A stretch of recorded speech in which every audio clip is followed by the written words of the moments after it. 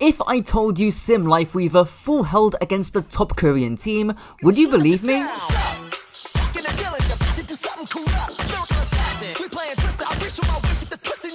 So yes, this is technically my 4th Weaver video, after saying that I probably wouldn't make one. But considering we got 2 Lifeweaver full holds, Old Ocean against Falcons, and GK Esports against Nightmare, I think it's warranted. Now, of course, I'm not going to repeat the same benefits to playing the BAP Weaver. For now, all you need to know is that both heroes are great at playing the long fight by matching any cooldowns that the enemy team throw at them, and that Life Grip can enable heroes to play a lot more aggressively. Symmetra plays into that too, as she can hold an aggressive space and immediately leave. She also exceeds at marking heroes in enclosed spaces and melting the front line in the mid fight, but more on that later. We can see one of those ideas straight off the bat when Falcons TP into the room adjacent to points. We've seen this before from teams like London Spitfire, where you just play to farm window and force points before pushing all the way out. However, for some reason, Falcons decide to rotate out an open space, which allows Gurm to hard engage onto Fielder.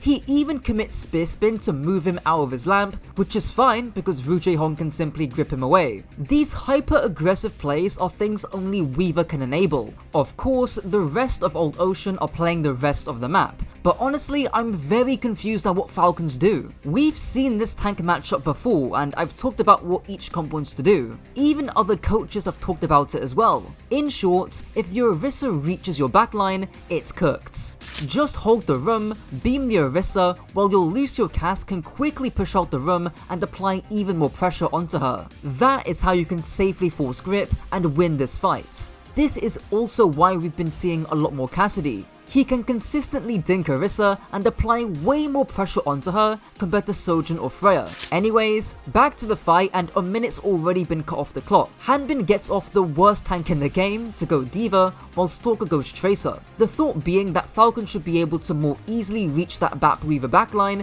which unfortunately doesn't go down so well. Time is of the essence, and it takes near 30 seconds for the cast to pop High Noon. Meanwhile, Stalker tries to flank through the station, but gets outdueled by Kivas on BAP. If you watched my last video on BAP, you'll know that this is one of his strongest areas. Admittedly, Kivas does have to use both his cooldowns to live, and because he splits, he does get dove on by the Diva. Now, there are a ton of things Old Ocean could have done, like Probe not swinging here for no reason, which causes Jaeong to use grip, obviously meaning he can't save Kivas. Or, the backline can just play the back corner, anticipating the High Noon. Whatever the case is, it actually doesn't matter because Falcons still lose this fight. Fielder drops the window, which is where the start of the complications begin. For now though, Becky holds the Mega Room, trying to find a trade with his Orisa. Jaehong comes in with the tree too, and even though he dies, it forces Chio to beat. It also slows down the fight, giving time for Kivas to get back. We've seen Weavers die in tree, and the tree itself still being clutch anyways. Now, this is where Fielder being split starts to haunt Falcons because there is no help for Hanbin or Merit. It all started with Hanbin flying away after the window, where honestly, Fielder should have moved forwards. In the past, I've mentioned how important dynamic positioning is on Baptiste, and this is a textbook case of what happens when you don't do it.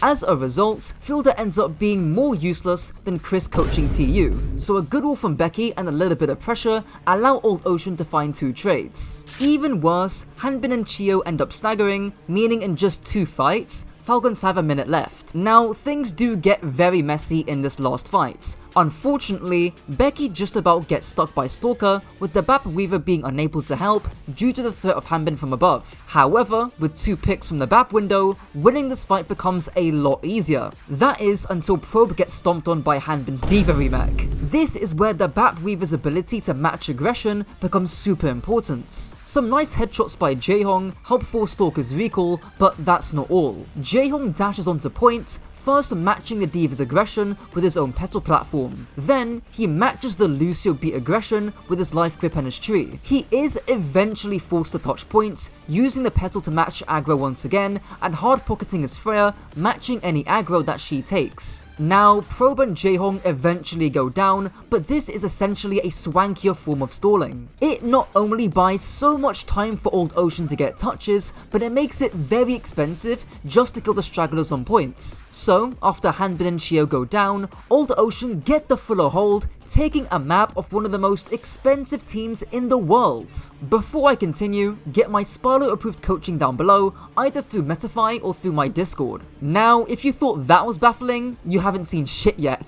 GK Esports managed to full hold on Kings Row first against the second best NA team, Nightmare. Just so you know, getting a Kings Row first hold is near impossible. We have never seen a single Kings Row first hold in 2025 unless there's a massive skill difference up until now. Are we gonna get the first Kings Row hold we've seen in a very long time? It's not a full hold. It's not a full hold. A few minutes later. What if BAP Lifeweaver was the solution to finally holding Kings Row first? I mean, Maybe. It needs to be something, bro. Like, you have an answer for everything the enemy team's gonna do. You have an answer for everything. So how was this possible? Well, things are actually off to a bad start with GK. Their setup goes from 3 different angles to one straight line. This is because Nightmare actually clear Cuffa and clear flankers, and there sadly isn't much the Weaver can do to stop this. However, Ultraviolet fights back for space by out-dueling the Genji, forcing deflect and dash. In the meantime,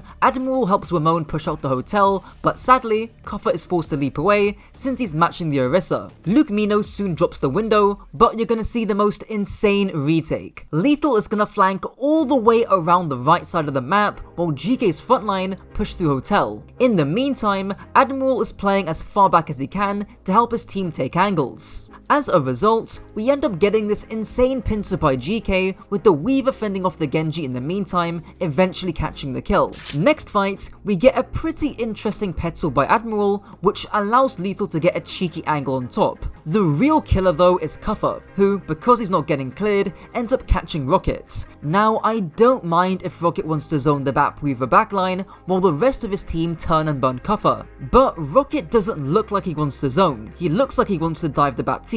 This is the most fundamental principle of dive. You need to clear angles and clear enemy staging before you dive backline, or you just out-rotate them and not stay static. Not to worry though, because surely with a 4-man ult advantage, the Weaver comp just loses now, right? Well, I wish that was the case. The fight starts with Let beating from 20 trillion miles away from the BAP Weaver backline. I mean, look at how far the Weaver is from the Genji Lucio. Admiral just grips UV away and Rocket needs to pop the blade to land 2 kills. But just like we saw beforehand, getting these kills have been extremely expensive for the attacking side. You have to commit both beat and blade to barely get 2 kills, and you also die for it soon after? Not great. To make matters worse, Luke Mino also gets traded here too because he decides to walk into a Sojourn Tracer. In other words, he gets split from his Sojourn, who gets no support in Overclock. All this combined means that it's officially Jova for Nightmare, considering the ult economy now swings against them.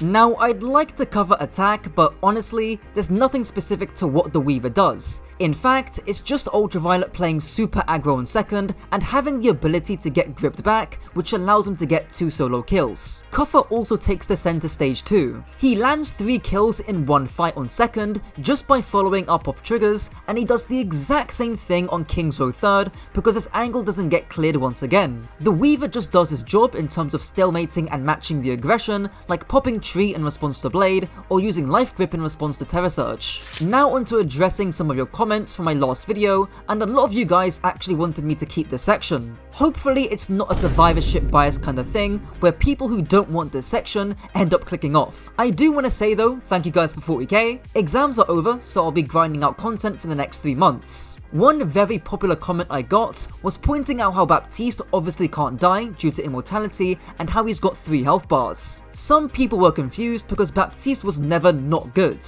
and I agree, in ranked specifically. Again, Bap's main problem is that against semi-coordinated teams, he'll just get rushed on or dove on. Immortality just isn't that useful in those scenarios, especially compared to what other supports can provide. Anyways, I'll be covering some Korean Mercy next, so stay tuned for that. Click the video on screen if you enjoyed this one, and until next time.